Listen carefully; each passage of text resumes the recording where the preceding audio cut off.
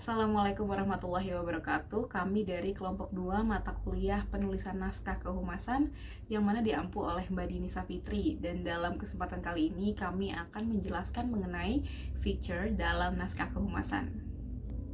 Feature adalah salah satu teknik penulisan jurnalistik dengan gaya bercerita atau storytelling, yang mana berisi berita dan opini yang dipadukan menggunakan bahasa yang indah dan mengandung unsur yang menyentuh untuk mengungkapkan secara panjang lebar dan mendalam suatu realitas sosial yang dijumpai di tengah masyarakat. Beberapa contoh feature dalam penulisan naskah kehumasan meliputi 1. Kisah tokoh atau pelaku, yaitu menyoroti kisah inspiratif, pencapaian atau pengalaman pribadi seseorang yang terkait dengan perusahaan, organisasi, atau acara tertentu. Yang kedua, inovasi produk atau layanan, yaitu menjelaskan secara mendalam tentang cara-cara produk atau layanan baru inovatif memecahkan masalah atau memenuhi kebutuhan pasar yang sebelumnya belum terpenuhi. Yang ketiga, pengaruh positif dalam komunitas, yaitu menunjukkan bagaimana perusahaan atau organisasi berkontribusi pada komunitas lokal atau masyarakat secara luas melalui inisiatif sosial, sumbangan amal, atau proyek komunitas.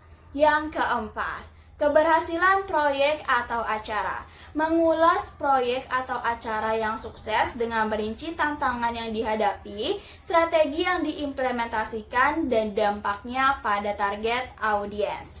Yang kelima, kolaborasi dan kemitraan, yaitu menyoroti kerjasama strategis antara perusahaan atau organisasi dengan mitra atau pihak lain yang menghasilkan manfaat bersama.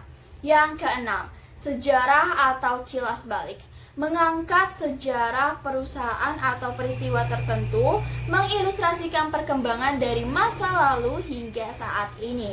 Yang ketujuh, keunggulan dan inisiatif berkelanjutan, yaitu menyoroti keunggulan perusahaan dalam berbagai aspek seperti teknologi, keberlanjutan, inovasi, atau pelayanan pelanggan. Yang kedelapan, yaitu cerita inspiratif atau motivasi. Berbagi cerita-cerita yang menginspirasi dan memotivasi pembaca atau audiens terkait dengan semangat, determinasi, atau perjuangan. Fitur memiliki peran penting dalam menciptakan cerita yang menarik, informatif, dan mempengaruhi opini atau persepsi audiens terhadap entitas atau peristiwa. Nah, fitur-fitur ini tuh membantu menciptakan konten yang lebih mendalam dan bermakna daripada sekedar berita biasa. Nah, ada nih prinsip-prinsip yang tertentu harus diikuti dalam penulisan feature. Seperti yang pertama ada faktual, artinya harus berdasarkan fakta. Kedua adalah keterlibatan emosional, yaitu tulisan yang mengandung aspek-aspek menyentuh human interest, sehingga tulisan feature ini dapat membuat para pembaca tersentuh dengan isi tulisan. Yang ketiga ada berkisah atau storytelling, yaitu teknik yang digunakan dalam penulisan feature yang memiliki sifat bebas. Sering disebut dengan jurnalisme bertutur dan jurnalisme naratif, sehingga dalam penulisannya feature memakai teknik seperti bercerita.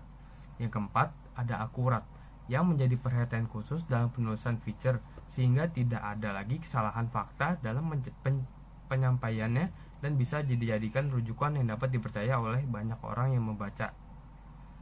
Syamsul M. Romli menuliskan dalam bukunya yaitu Jurnalistik Online, Panduan Mengelola Media Online tahun 2020. Terdapat 5 bagian dalam struktur penulisan feature, yaitu yang pertama ada head atau judul, lead atau teras, intro atau kalimat pembuka. Yang ketiga ada body atau isi tulisan. Yang keempat ada bridge atau penghubung antara lead serta body. Dan yang kelima ending, pastinya penutup tulisan. Fitur ini tuh memiliki beberapa klasifikasi yang berbeda antara satu ahli dengan ahli lainnya. Nah, yang pertama itu ada news feature atau fitur berita atau sidebar.